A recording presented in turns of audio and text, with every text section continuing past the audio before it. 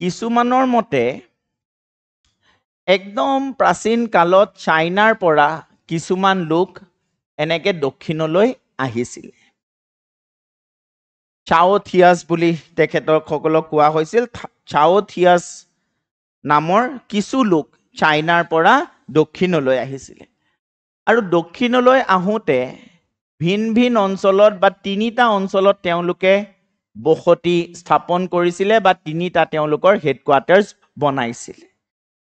এটা হেডকোৱাৰ্টাৰ বা এটা কেন্দ্ৰ আছিলে আফগানিস্তান অঞ্চলত তেওঁলোকে এই কেন্দ্ৰসমূহক জুথিছ বুলি কৈছিলে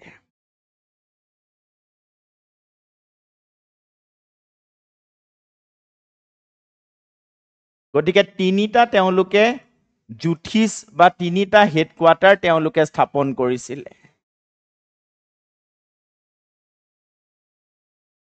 এটা আফগানিস্তান অঞ্চলত আছিলে যাক তেওঁলোকে কৈছিলে উত্তৰ জুথিছ এটা আমাৰ বৰেলি অঞ্চলত আছিলে যাক তেওঁলোকে কৈছিলে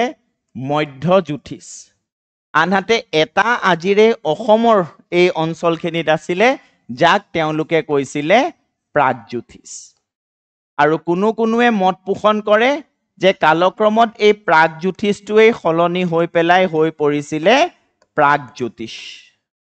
ঠিক আছে গতিকে দ্বিতীয় তত্ত্ব অনুসৰি এই যে চাওথিয়াছসকল চাইনাৰ পৰা নামি আহিছিলে তেওঁলোকে আহি পেলাই অসমত তেওঁলোকে বসতি আৰম্ভ কৰিছিলে আৰু অসমৰ এই অঞ্চলটোক তেওঁলোকে